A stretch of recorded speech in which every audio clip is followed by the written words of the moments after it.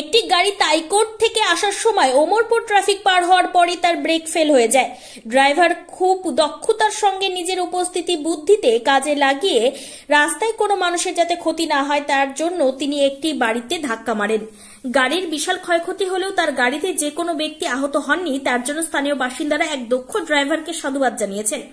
তিনি বললেন, আমার গাড়ির যা ক্ষতি হবার হয়ে গেছে, আমি হয়তো ইন্স্যুরেন্স থেকেও টাকা পেয়ে যাব, কিন্তু কোনো মানুষ যদি আহত হতো বা মারা যেত তাহলে তিনি নিজেকে ক্ষমা করতে পারতেন না। ব্রেক ফেলটা হলো, ব্রেক ফেলটা আমি শ্বশুরবাড়ি থেকে পাকুড় থেকে আসছিলাম, অনেক গ্যাঞ্জাম ছিল, আমার গাড়ি 30-35 ফুট ছিল, বিয়ে চিপতে যাচ্ছে ব্রেক ফেল, তার জন্য অনেকজনকে বাঁচানোর জন্য আমি গাড়িটা দিয়ে ফেলে দিয়েছি। গাড়িটা একটা তো দেখছি এখানে ভেঙেও গেছে অনেক কিছু, আমার কিছু করার ছিল না, ব্রেক ফেল ছিল। কেউ আহত হয়নি তো? না, কেউ আহত হয়নি, আমারও কিছু হয়নি।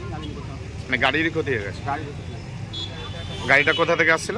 গাড়িটা আসছিল আমার শ্বশুরবাড়ি পাকুড় থেকে বকেরি আসছিল। আপনার বাড়ি কোথায়? আমার আপনার নাম?